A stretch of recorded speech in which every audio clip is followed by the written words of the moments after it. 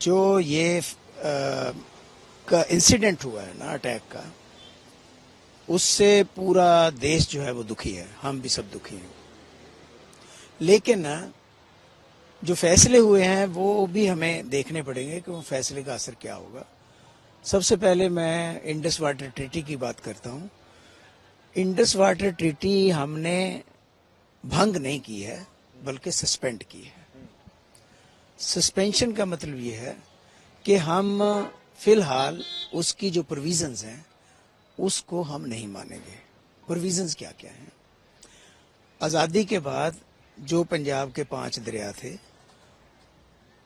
ان کو انڈیا اور پاکستان میں بانٹ دیا گیا تھا، جس میں جو 3 دریا ہیں ستلج، بیاس اور راوی، اس پر ہمارا ایکسکلوسیو کنٹرول ہے، یعنی کہ انڈیا ان کا پانی پورا استعمال کر سکتا ہے.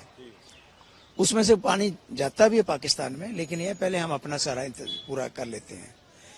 جو 2 چناب اور جہلم ہے وہ پاکستان کے حصے میں ہے، لیکن اس میں سے بھی ہم 20% کے قریب پانی استعمال کر سکتے ہیں. 80% پانی پاکستان میں جاتا ہے. اور یہ اس لیے ہوا تھا کیونکہ آزادی کے بعد ہمارے جو ریورز تھے وہ ڈیوائیڈ ہو گئے، تو ان کو ریگولیٹ کرنے کے لیے واٹر ریسورسز کی مینجمنٹ کے لیے ایک ٹریٹی ہوئی. یہ ٹریٹی ہماری دونوں کنٹریز کی تھی، لیکن سپانسرشپ جو تھی اس کی ورلڈ بینک سے تھی. تو یہ ورلڈ بینک دوارا انیشیٹ کی گئی، اور یہ ٹریٹی ہمارے پچھلے 1960 سے لے کر کے ابھی تک چل رہی ہے. ہماری کتنی جنگیں بھی ہوئی ہیں، کتنے انسیڈنٹ بھی ہوئے، پلوامہ جیسے اور اری جیسے، لیکن پھر بھی یہ ٹریٹی چلتی رہی.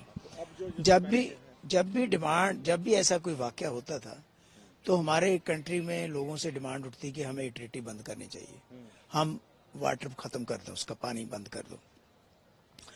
تو اس لیے گورنمنٹ نے کہا کہ ٹھیک ہے ہم یہ ٹریٹی سسپینڈ کرتے ہیں. اس ٹریٹی کے اندر نہ کیول 5 دریاؤں کا پانی ڈیوائیڈ کیا گیا، بلکہ یہ بھی تھا کہ ایک کمیشن بنایا گیا جس کو انڈس واٹر کمیشن کہتے ہیں.